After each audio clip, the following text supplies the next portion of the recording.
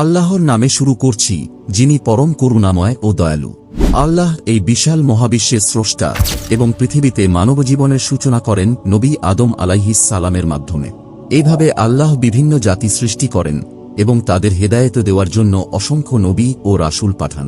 বিভিন্ন বর্ণনা অনুযায়ী পৃথিবীতে প্রায় 1,24,000 জন নবী পাঠানো হয়েছে। এই নবীদের শেষে আল্লাহ পাঠান হযরত মুহাম্মদ সাল্লাল্লাহু আলাইহি ওয়াসাল্লামকে, যিনি শেষ নবী। তারপরে আর কোনো নবী আসবেন না। সকল নবী তাদের জাতিকে আহ্বান করেছেন এক আল্লাহর উপাসনায়, যাকে বলা হয় তাওহীদ। আপনি কি জানেন যে কোরআন অনুযায়ী 4 জন নবী এখনও জীবিত আছেন? আল্লাহ কেন তাদের এখনও জীবিত রেখেছেন এবং এরা কারা? শুরু করার আগে ভিডিওটি লাইক করতে এবং চ্যানেলটি সাবস্ক্রাইব করতে ভুলবেন না। আর যদি কোনো সংশোধন বা পরামর্শ থাকে তা কমেন্টে জানাবেন। এখন চলুন শুরু করি।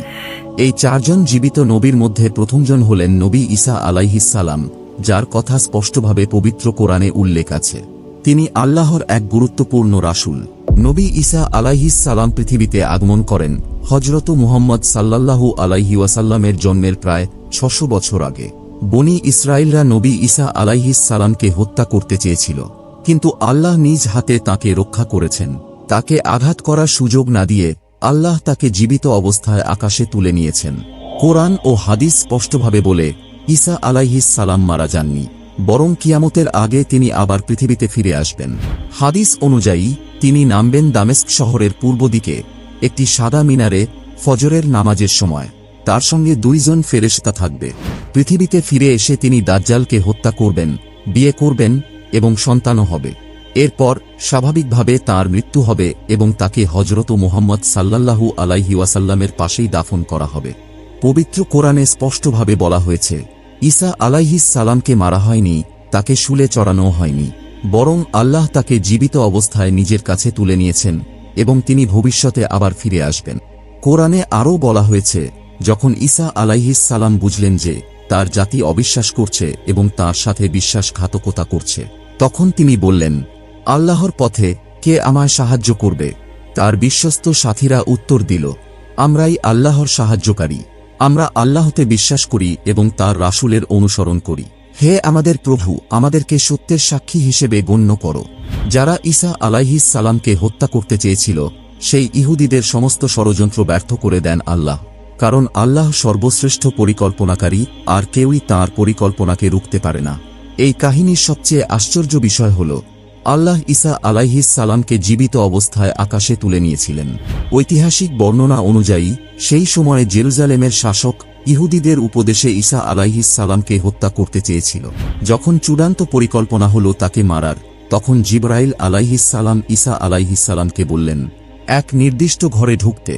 ঘরটিতে একটি জানালা ছিল। ঈসা আলাইহিস সালাম ঘরে প্রবেশ করতেই জিবরাইল আলাইহিস সালাম তাকে জানালা দিয়ে তুলে আকাশে নিয়ে গেলেন। আল্লাহ এক অলৌকিক উপায়ে ঈসা আলাইহিস সালামের জায়গায় আরেকজনকে তার মতো করে দিলেন। ইহুদিরা বিভ্রান্ত হয়ে ঈসা আলাইহিস সালাম মনে করে সেই লোককে ধরে ফেলে এবং তাকে শুলে চড়িয়ে মেরে ফেলে। এই ঘটনার সময় লোকেরা 3টি ভিন্ন মত দেয়। 1, কেউ বলে এ তো আমাদের প্রভু। 2, কেউ বলে এ আমাদের প্রভুর পুত্র। 3, আরেক দল বলে তিনি আল্লাহর এক বান্দা এবং রাসূল। দুঃখজনকভাবে প্রথম 2 ভুল বিশ্বাসের অনুসারী সংখ্যায় বেশি হয়ে যায়। যখন ঈসা আলাইহিস সালামকে নবুয়াত দেওয়া হয়, তখন তিনি বনী ইসরাইল জাতির মানুষদের একত্র করেন এবং বলেন, আল্লাহ আমাকে নবী হিসেবে মনোনীত করেছেন, আমি তোমাদের সত্যের পথে ডাকছি। আসলে ঈসা আলাইহিস সালামকে পাঠানো হয়েছিল বনী ইসরাইলের লোকদের সঠিক পথে আনার জন্য।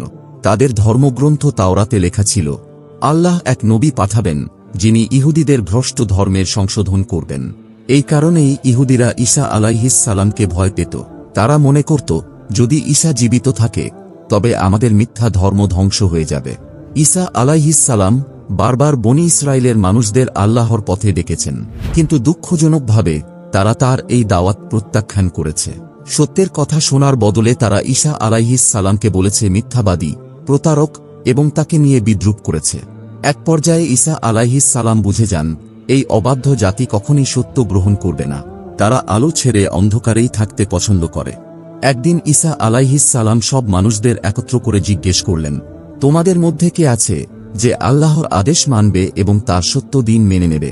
আপনারা জেনে অবাক হবেন, মাত্র 12 জন কিংবা 19 জন উত্তর দিয়েছিল। তারা বলেছিল, আমরা আল্লাহর আদেশ মানি, আমরা সাক্ষ্য দিচ্ছি যে আপনি আল্লাহর রাসূল, আমরা আপনার দিন মেনে নিচ্ছি এবং বিশ্বাস করি যে কিয়ামতের দিন আপনি আমাদের পক্ষ থেকে সুপারিশ করবেন। এই অল্প কজন সৌভাগ্যবান ছাড়া সবাই ঈসা আলাইহিস সালামকে প্রত্যাখ্যান করেছিল। ইহুদিরা তাদের পুরনো বিকৃত ধর্ম আঁকড়ে ধরেছিল, কিন্তু যখন কয়েকজন মানুষ ঈসা আলাইহিস সালামের অনুসারী হতে শুরু করল, তখন ইহুদিরা আতঙ্কিত হয়ে পড়ল। তারা ভাবল, যদি মানুষ এরকম ঈসার অনুসরণ করতে থাকে তবে আমাদের ধর্ম তো ধ্বংস হয়ে যাবে। তাই তারা প্রথমে ঈসা আলাইহিস সালামের দাওয়াত বন্ধ করার নানা চেষ্টা করল, কিন্তু যখন কোনোভাবেই তাকে থামাতে পারল না, তখন তারা তাকে হত্যার পরিকল্পনা করল।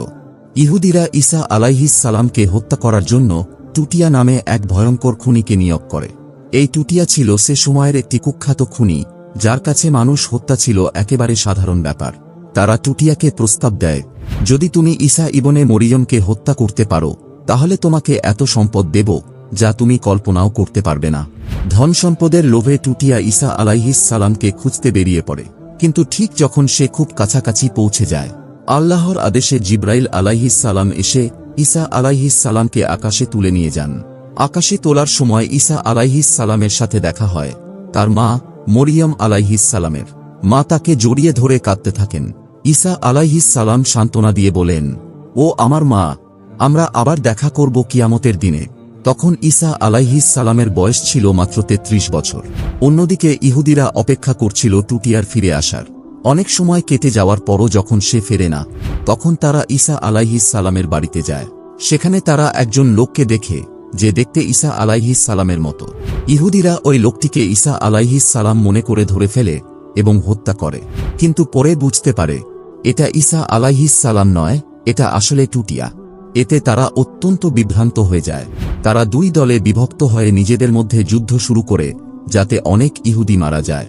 কোরআনের সূরা আন-নিসা আয়াত 157 থেকে 158তে বলা হয়েছে, তারা বলে, আমরা মারিয়ামের পুত্র ঈসা আলাইহিস সালামকে হত্যা করেছি, অথচ তারা তাকে হত্যা করেনি, তাকে শুলেও চড়ানো হয়নি। তাদের সামনে এটাই কেবল প্রতিভাত হয়েছিল। হযরত মুহাম্মদ সাল্লাল্লাহু আলাইহি ওয়াসাল্লাম বলেছেন, ঈসা আলাইহিস সালাম কিয়ামতের আগে পৃথিবীতে ফিরে আসবেন। তিনি ইসলামী শরীয়ত অনুযায়ী জীবনযাপন করবেন, দাজ্জালকে হত্যা করবেন এবং আল্লাহর দ্বীনকে প্রতিষ্ঠা করবেন। পরবর্তীতে যখন তার মৃত্যু হবে, তখন রাসূল সাল্লাল্লাহু আলাইহি ওয়াসাল্লামের পাশে তাকে দাফন করা হবে। কেউ যদি বিশ্বাস করে যে ঈসা আলাইহিস সালাম নিহত হয়েছেন বা শুলে চড়ানো হয়েছে, তাহলে সে ইসলামের বাইরে চলে গেছে। ঈসা আলাইহিস সালামকে বলা হয় মাসীহ। এর দুটি কারণ: 1, তিনি অনেক ভ্রমণ করতেন। 2, তিনি তার পবিত্র হাত স্পর্শ করে মানুষকে সুস্থ করতেন। হিব্রু ভাষায় ঈসা আলাইহিস সালামের নাম ছিল ইয়েশুয়া বা ইয়াসু। পবিত্র কোরআনে ঈসা আলাইহিস সালামের বহু কাহিনী ও শিক্ষা আছে যা ঐতিহাসিক সত্যকে নিশ্চিত করে। তার মা মরিয়ম আলাইহিস সালাম ছিলেন অত্যন্ত পবিত্র ও সম্মানিত নারী। মরিয়ম আলাইহিস সালাম এর মায়ের নাম ছিল হান্না। তিনি মরিয়ম আলাইহিস সালামকে জন্মের আগেই আল্লাহর রাস্তায় উৎসর্গ করেছিলেন। মরিয়ম আলাইহিস সালাম মসজিদ আল-আকসার এক নির্দিষ্ট কক্ষে ইবাদতে মগ্ন থাকতেন। একদিন মরিয়ম আলাইহিস সালাম দেখতে পেলেন তার ইবাদতের ঘরে এক অপরিচিত লোক ঢুকে পড়েছে। তিনি ভয়ে আল্লাহর কাছে আশ্রয় প্রার্থনা করেন। তখন লোকটি বলেন, হে সম্মানিতা নারী, ভয় পাবেন না, আমি আল্লাহর পাঠানো ফেরেশতা। এই ফেরেশতা ছিলেন জিবরাইল আলাইহিস সালাম। তিনি মরিয়ম আলাইহিস সালামকে এক পবিত্র ও বরকতময় সন্তানের সুসংবাদ দেন। তখন মরিয়ম আলাইহিস সালাম বিস্মিত হয়ে বলেন, আমাকে তো কোনো পুরুষ স্পর্শ করেনি, তাহলে আমি কিভাবে সন্তানের মা হব? জিবরাইল আলাইহিস সালাম উত্তর দেন, আল্লাহ আপনাকে বেছে নিয়েছেন, তার কুদরতে আপনি সন্তানের জন্ম দেবেন, কোনো পুরুষের ছোঁয়া ছাড়াই। মরিয়ম আলাইহিস সালাম এরপর শহর ছেড়ে চলে গেলেন এক নির্জন স্থানে, যা ছিল মসজিদ আল-আকসা থেকে প্রায় 3 মাইল দূরে। সেই শুষ্ক জনমানবহীন জায়গায় আল্লাহ নিজ হাতে তার জন্য সবকিছু ব্যবস্থা করলেন। সেখানে জলধারা সৃষ্টি করলেন, ফলের গাছ গজালেন, যাতে তিনি নিরাপদে থাকতে পারেন। ঠিক সেখানেই ঈসা আলাইহিস সালামের অলৌকিক জন্ম হয়।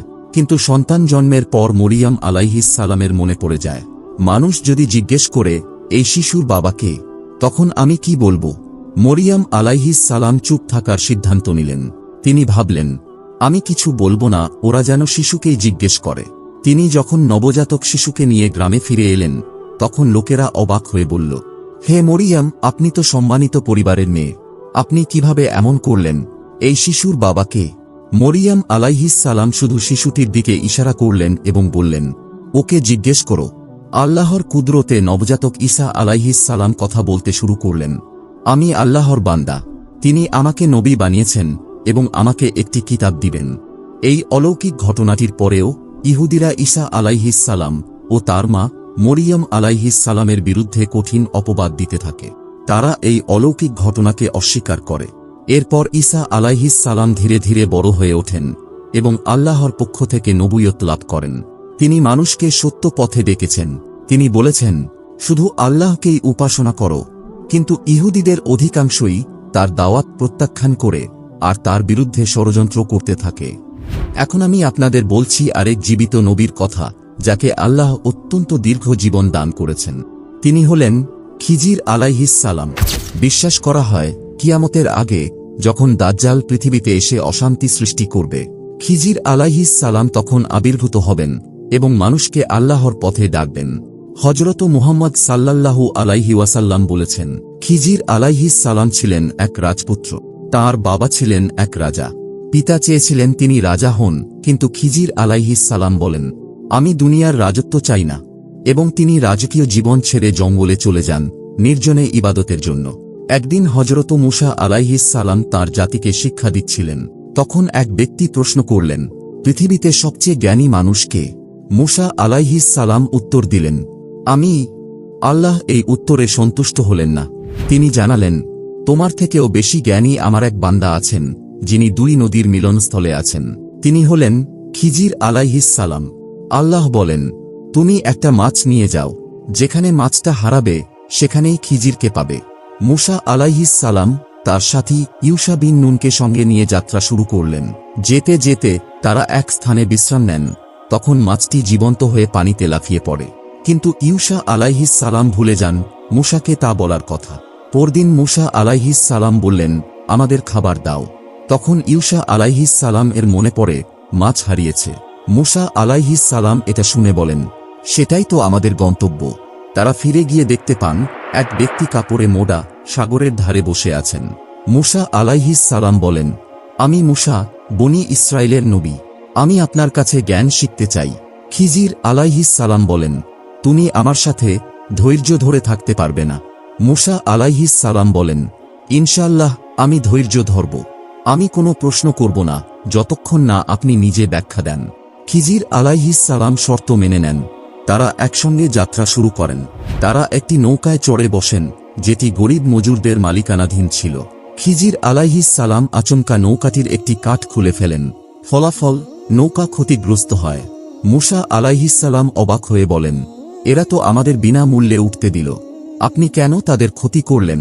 খিজার আলাইহিস সালাম স্মরণ করিয়ে দেন, আমি তো বলেছিলাম তুমি ধৈর্য ধরে থাকতে পারবে না।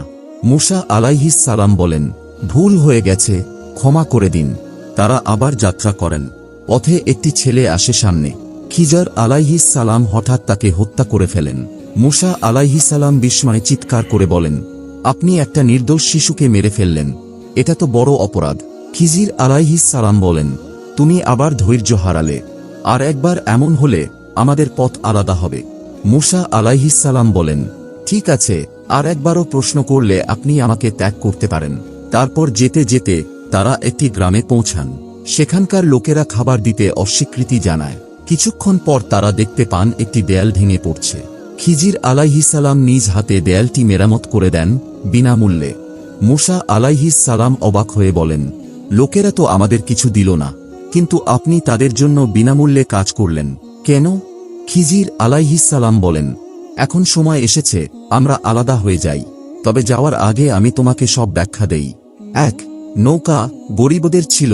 এক জালিম রাজা ভালো নৌকা জোর করে নিয়ে নিত, তাই আমি নৌকাটিকে ক্ষতিগ্রস্ত করে রক্ষা করেছি। 2.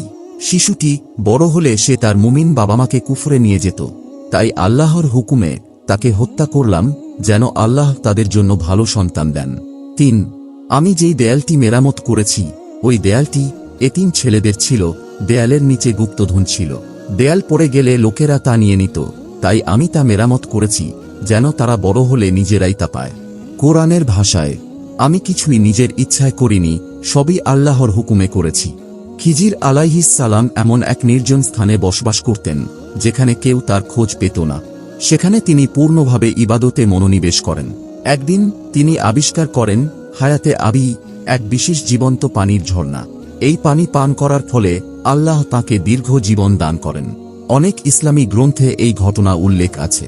একটি বর্ণনায় এসেছে, হযরত মুহাম্মদ সাল্লাল্লাহু আলাইহি ওয়াসাল্লাম যখন ইন্তেকাল করেন, তখন এক বৃদ্ধ মানুষ এসে তার মরদেহের কাছে দাঁড়িয়ে কাঁদলেন, দোয়া করলেন এবং চলে গেলেন। সাহাবারা জিজ্ঞেস করলেন, এই ব্যক্তিকে? তখন আলী রাদিয়াল্লাহু তাআলা আনহু বললেন, এটা ছিলেন খিজির আলাইহিস সালাম। কিছু বর্ণনায় বলা হয়েছে, খিজির আলাইহিস সালামের ইতিহাস এক বিশাল সাম্রাজ্যের সাথে যুক্ত। তিনি ছিলেন নবী আদম আলাইহিস সালামের বংশধর। বিশ্বাস করা হয় তিনি আবার ফিরে আসবেন দাজ্জালের যুগে। কারো মতে তার উপনাম ছিল আবু আব্বাস। আবার কেউ বলেন তার প্রকৃত নাম ছিল বালিয়া, যা সিরিয়াক ভাষার শব্দ। আরবি ভাষায় এর অর্থ আহমদ। আরও বলা হয়েছে খিজির আলাইহিস সালামের হযরত মুহাম্মদ সাল্লাল্লাহু আলাইহি ওয়াসাল্লামের সঙ্গে সাক্ষাৎ হয়েছে এবং তাই তাকে সাহাবী হিসেবেও গণ্য করা হয়। মৃত্যুর আগে হযরত আদম আলাইহিস সালাম তার সন্তানদের একটি গুরুত্বপূর্ণ ওসিয়ত করেন। তিনি বলেন, আমার দেহ যেন একটি গুহায় রাখা হয়, আর যখন তোমরা এই অঞ্চল ছেড়ে যাবে তখন আমার দেহ সাথে নিয়ে শাম অঞ্চলে নিয়ে গিয়ে দাফন করো। তিনি আরও দোয়া করেন, যে ব্যক্তি আমাকে শামের ভূমিতে দাফন করবে, আল্লাহ যেন তাকে কিয়ামত পর্যন্ত জীবিত রাখেন। এখান থেকেই অনেকে ধারণা করেন খিজির আলাইহিস সালাম সেই ব্যক্তি হতে পারেন যিনি আদম আলাইহিস সালামকে শামে দাফন করেছিলেন, আর সে কারণেই তিনি দীর্ঘজীবী। বলা হয়ে থাকে খিজির আলাইহিস সালাম সমুদ্রের পাশে থাকতেন। তিনি প্রতি বছর হজ করতেন এবং জমজম পানি পান করতেন। একবার তিনি মারাত্মক অসুস্থ হয়ে পড়েন এবং ভাবেন এবার তার মৃত্যু হবে। তিনি কাঁদতে থাকেন। আল্লাহ জিজ্ঞেস করেন, হে খিজির, তুমি কাঁদছ কেন? মৃত্যু ভয়ে না জাহান্নামের ভয়ে? খিজির আলাইহিস সালাম বলেন, হে আমার রব, আমি মৃত্যুর ভয়ে কাঁদি না, জাহান্নামের ভয়েও না। আমি কাঁদছি কারণ মৃত্যুর পর আমি আর আপনাকে স্মরণ করতে পারব না, নামাজ রোজা করতে পারব না, কিন্তু পৃথিবীর মুমিনেরা তা করতে থাকবে। তখন আল্লাহ বলেন, তোমার মৃত্যু আমি স্থগিত করে দিলাম এমন এক সময় পর্যন্ত যখন পৃথিবীতে আর কেউ আমাকে স্মরণ করবে না, অর্থাৎ কিয়ামতের আগ পর্যন্ত। তৃতীয় জীবিত নবী হিসেবে ইলিয়াস আলাইহিস সালামের নাম উল্লেখ করা হয় ঈসা আলাইহিস সালাম ও খিজির আলাইহিস সালামের পরে। পবিত্র কোরআনে দুই জায়গায় তার নাম উল্লেখ আছে। বিভিন্ন তাফসির মতে আল্লাহ তাকে একটি ঝলমলে স্বর্গীয় ঘোড়ায় করে আসমানে তুলে নিয়েছেন। একটি হাদিসে আনাস রাদিয়াল্লাহু তাআলা আনহু বলেন, একদিন আমি রাসূলুল্লাহ সাল্লাল্লাহু আলাইহি ওয়াসাল্লাম এর সাথে মরুভূমি দিয়ে ভ্রমণ করছিলাম। হঠাৎ এক আওয়াজ শুনি, হে আমার প্রভু, আমাকে হযরত মুহাম্মদ সাল্লাল্লাহু আলাইহি ওয়াসাল্লামের উম্মতের অন্তর্ভুক্ত করুন। এই ঘটনায় ইলিয়াস আলাইহিস সালামের আসমানে উঠার অলৌকিকত্ব ও তার আত্মিক উচ্চতা বোঝায়। হযরত মুহাম্মদ সাল্লাল্লাহু আলাইহি ওয়াসাল্লাম সেই আওয়াজ শুনে আমাকে বললেন, হে আনাস, খুঁজে দেখো কে ডাকছে। আমি পাহাড়ের দিকে গিয়ে দেখি এক বৃদ্ধ লোক সাদা কাপড় পরে গভীর ইবাদতে মগ্ন। তিনি আমাকে দেখে জিজ্ঞেস করেন, হে আল্লাহর বান্দা, তুমি কি হযরত মুহাম্মদ সাল্লাল্লাহু আলাইহি ওয়াসাল্লামের সাহাবী? আমি বলি, হ্যাঁ, আপনি সঠিক অনুমান করেছেন। তিনি বলেন, তাহলে আমার সালাম পৌঁছে দিও রাসূলুল্লাহ সাল্লাল্লাহু আলাইহি ওয়াসাল্লামকে। তাকে বলো ইলিয়াস আলাইহিস সালাম তার সাথে দেখা করতে চান। আমি গিয়ে রাসূলুল্লাহ সাল্লাল্লাহু আলাইহি ওয়াসাল্লামকে বার্তাটি পৌঁছে দিলাম। তারপর তিনি আমাকে সঙ্গে নিয়ে ইলিয়াস আলাইহিস সালামের সঙ্গে দেখা করতে গেলেন। যখন আমরা সেখানে পৌঁছাই, আমি কিছুটা দূরে দাঁড়িয়ে থাকি, আর তারা দুজনে কিছুক্ষণ আলাপে ব্যস্ত ছিলেন। এই সময় আকাশ থেকে খাবার অবতরণ করে। রাসূল সাল্লাল্লাহু আলাইহি ওয়াসাল্লাম আমাকে ডাকলেন, আনাস, এসো একসঙ্গে খাও। খাওয়ার পর আমি দেখি আকাশ থেকে একটি জ্যোতির্ময় ঘোড়া নেমে আসে, আর ইলিয়াস আলাইহিস সালাম তাতে সওয়ার হয়ে আসমানে উঠে যান। পবিত্র কোরআনে ইলিয়াস আলাইহিস সালামের নাম সরাসরি উল্লেখ আছে, আর বাইবেলে তাকে বলা হয় প্রফেট এলিয়াহ। কিছু দুর্বল বর্ণনায় বলা হয় ইলিয়াস আলাইহিস সালাম আর ইদ্রিস আলাইহিস সালাম একই ব্যক্তি, শুধু নাম ভিন্ন। কিন্তু বেশিরভাগ আলেম এই মতামত গ্রহণ করেন না, কারণ এই রেওয়ায়েতগুলো দুর্বল ও অবিশ্বস্ত। কোরআন থেকে স্পষ্ট বোঝা যায় ইলিয়াস আলাইহিস সালাম এবং ইদ্রিস আলাইহিস সালাম দুজন আলাদা নবী ছিলেন। সূরা আস-সাফফাতে ইলিয়াস আলাইহিস সালামের নাম 2 বার উল্লেখ আছে। কিছু বর্ণনায় বলা হয়েছে তিনি হারুন আলাইহিস সালামের বংশধর ছিলেন। আল্লাহ তাকে পাঠান বালবেক নামের এক শহরে, যা ছিল শামের অন্তর্গত। সেখানে মানুষ বাল নামে এক মূর্তির পূজা করত। এই শহরটি ছিল ফিলিস্তিনের পশ্চিম অঞ্চলের সামারিয়া এলাকার অন্তর্ভুক্ত। বাইবেলের বুক অফ কিংস অনুসারে এই বাল পূজার প্রবর্তক ছিলেন রাজা আহাবের স্ত্রী জেজাবেল। ইলিয়াস আলাইহিস সালাম তার জাতিকে আহ্বান করেন, তোমরা মূর্তি পূজা ত্যাগ করো এবং একমাত্র আল্লাহর ইবাদতে ফিরে আসো। কিন্তু এই অবাধ্য জাতি তার দাওয়াত প্রত্যাখ্যান করে এবং তাকে হত্যার ষড়যন্ত্রে লিপ্ত হয়। তবে আল্লাহ তাদের ষড়যন্ত্র ব্যর্থ করে দেন এবং ইলিয়াস আলাইহিস সালামকে জীবিত অবস্থায় আকাশে তুলে নেন। এবার আমি আপনাদের বলছি চতুর্থ জীবিত নবীর কথা। তিনি হলেন ইদ্রিস আলাইহিস সালাম। তার জীবিত থাকার বিষয়টি অনেক সহিহ হাদিসে বর্ণিত হয়েছে। আল্লাহ বলেন সূরা মরিয়ামে, ইদ্রিস ছিলেন একজন সত্যবাদী নবী এবং আমি তাকে আকাশে উত্তোলন করেছি। মিরাজের রাতে হযরত মুহাম্মদ সাল্লাল্লাহু আলাইহি ওয়াসাল্লাম আকাশে ইদ্রিস আলাইহিস সালামের সঙ্গে সাক্ষাৎ করেন। একটি হাদিসে হযরত আব্বাস রাদিয়াল্লাহু তাআলা আনহু বলেন, ইদ্রিস আলাইহিস সালাম ছিলেন একজন দর্জি। তিনি যখন কাপড় সেলাই করতেন তখনও তার মুখে স্মরণ চলত একমাত্র আল্লাহর জিকির। আর সন্ধ্যায় দেখা যেত তার প্রতিটি আমল বহুগুণে বৃদ্ধি পায়। ইদ্রিস আলাইহিস সালাম ছিলেন আদম আলাইহিস সালাম ও শীস আলাইহিস সালামের পর তৃতীয় নবী। কিছু বর্ণনায় বলা হয়েছে তিনি বাবেল বা মিশরে জন্মগ্রহণ করেছিলেন। হাদিস অনুসারে তিনি প্রথম ব্যক্তি যিনি মানুষকে পড়ালেখা ও জ্ঞান অর্জনের পদ্ধতি শেখান। তিনি তার জীবনের অনেকটা সময় আল্লাহর বাণী শিক্ষা দেওয়া ও প্রচারে ব্যয় করেন। এই কারণেই তাকে বলা হয় ইদ্রিস, যার অর্থ যিনি শিক্ষা দেন। তিনি ছিলেন শীস আলাইহিস সালামের ৫ম প্রজন্মের বংশধর। হযরত শীস আলাইহিস সালামের ইন্তেকালের পর মুমিনদের সংখ্যা কমতে থাকে। কাবিলের বংশধরেরা ধীরে ধীরে পড়ে যায় কুফর, মূর্তি পূজা ও পাপাচারে। তারা পরিবারের মূল্যবোধ ও ঈমানের নীতিগুলো হারিয়ে ফেলে। জিনা, মদপান, আগুন আর মূর্তির পূজা হয়ে ওঠে সাধারণ ব্যাপার। এমন এক সময়ে পৃথিবী যেন শয়তান ও তার অনুসারীদের দখলে চলে যায়। আদম আলাইহিস সালাম ও শীস আলাইহিস সালাম এর বিধানগুলো লঙ্ঘিত হতে থাকে। ঠিক তখনই আল্লাহ তাআলা ঠিক করেন একজন নবী পাঠানো দরকার, যিনি এই বিভ্রান্ত মানুষদের হেদায়েত দিবেন। এই মহান দায়িত্বের জন্যই আল্লাহ ইদ্রিস আলাইহিস সালামকে মনোনীত করেন। ইদ্রিস আলাইহিস সালামের মধ্যে ছিল একজন নবীর সব গুণাবলী। তিনি আদম আলাইহিস সালামের দিন অনুসরণ করতেন, ধার্মিক ছিলেন এবং সব সময় সত্য কথা বলতেন। নবুয়াত লাভের পর তিনি মানুষকে আল্লাহর পথে ফিরে আসার দাওয়াত দেন। কিন্তু এই জাতি তার বার্তা পছন্দ করল না। তারা সত্য ও পবিত্রতার শিক্ষা ঘৃণা করতে লাগল। তারা ইদ্রিস আলাইহিস সালামের শত্রু হয়ে দাঁড়ায় এবং তার অনুসারীদের উপর অত্যাচার শুরু করে। অবশেষে এই নিপীড়নের কারণে ইদ্রিস আলাইহিস সালাম বাবেল ত্যাগ করার সিদ্ধান্ত নেন এবং তার অনুসারীদেরও সেই সিদ্ধান্ত জানিয়ে দেন। আপনারা জানেন বাবেল ছিল খুবই উর্বর আর সমৃদ্ধ একটি অঞ্চল, টাইগ্রিস ও ইউফ্রেটিস নদীর ধারে। সেই অঞ্চল ছেড়ে চলে যাওয়া সহজ সিদ্ধান্ত ছিল না। প্রথমে ইদ্রিস আলাইহিস সালামের অনুসারীরা হিজরতে কিছুটা দ্বিধায় ছিলেন, কিন্তু যখন তিনি পুরো অবস্থা ব্যাখ্যা করলেন তখন তারা একমত হন। অবশেষে ইদ্রিস আলাইহিস সালাম ও তার অনুসারীরা বাবেল ত্যাগ করেন এবং মিশরের দিকে যাত্রা শুরু করেন। তারা নাইল নদীর পাশেই একটি এলাকায় বসতি স্থাপন করেন, যা বাবেল থেকেও বেশি উর্বর ও সমৃদ্ধ ছিল। মিশরে এসে ইদ্রিস আলাইহিস সালাম থেমে যাননি। তিনি আল্লাহর বাণী শিক্ষা দিতে থাকেন। তার একটা বিশেষ গুণ ছিল, তিনি তৎকালীন সকল প্রচলিত ভাষা জানতেন আর মানুষকে তাদের নিজস্ব ভাষায় দাওয়াত দিতেন। তিনি ছিলেন নবী নূহ আলাইহিস সালামের প্রায় 1000 বছর আগের নবী। আল্লাহ তাকে প্রথম মানুষের রূপে নবুয়তের মর্যাদা দেন এবং তাকে 30টি সহিফা নাজিল করেন। ইদ্রিস আলাইহিস সালামকে বলা হয় মানব ইতিহাসের প্রথম বিজ্ঞানী নবী। তিনি প্রথম ব্যক্তি যিনি জ্যোতির্বিদ্যা, অ্যাস্ট্রোলজি, গণিত, ম্যাথমেটিক্স জানতেন। তিনি কলম দিয়ে লেখা শুরু করেন। তিনি মানুষকে কাপড় সেলাই করা শেখান, কারণ তার আগ পর্যন্ত মানুষ পশুর চামড়া পরে থাকত। তিনি প্রথম ওজন ও পরিমাপের নিয়ম চালু করেন। তার অধিকাংশ সময় কাটত আল্লাহর জিকির ও ইবাদতে এবং ফেরেশতারা তাকে খুব ভালোবাসতেন, তাই প্রায়ই তার কাছে আসতেন। একদিন মালাকুল মাউত, মৃত্যুর ফেরেশতা আল্লাহর আদেশে মানব রূপে ইদ্রিস আলাইহিস সালামের কাছে আসেন এবং কিছু সময় তার সঙ্গে অবস্থান করেন। ইদ্রিস আলাইহিস সালাম বুঝতে পারেন তিনি কে। তখন তিনি এক আশ্চর্য অনুরোধ করেন, আমি মৃত্যুর স্বাদ নিতে চাই, যেন মৃত্যুর পর আবার জীবিত হয়ে আল্লাহর আরও বেশি ইবাদত করতে পারি। আল্লাহর অনুমতিতে ফেরেশতা তার রূহ কবজ করেন, কিন্তু কিছুক্ষণ পর আবার ফিরিয়ে দেন। এরপর ইদ্রিস আলাইহিস সালাম আবার একটি অনুরোধ করেন, আমি জান্নাত ও জাহান্নাম দেখতে চাই।